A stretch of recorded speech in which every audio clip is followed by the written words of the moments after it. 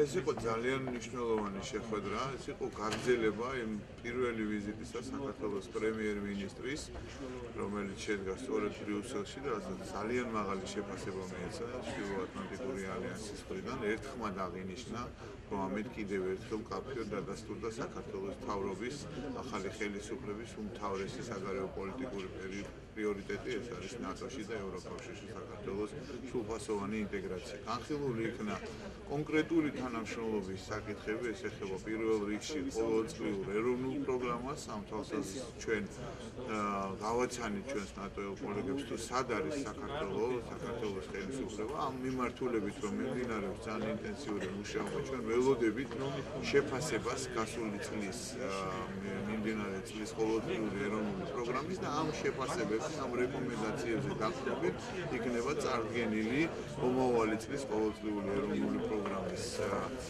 პროექტი, ესე ვთქვათ, რომელიც ასევე განიხილება ჩვენს ნატო კოლეგებთან და მიიღებს საბოლოო ფორმას მათთან კონსულტაციების შედეგად. იყო ძალიან მაღალი შეფასება, რა თქმა უნდა, საქართველოს მონაწილეობის საერთაშორისო უსაფრთხოების ოპერაციებში ავღანეთში.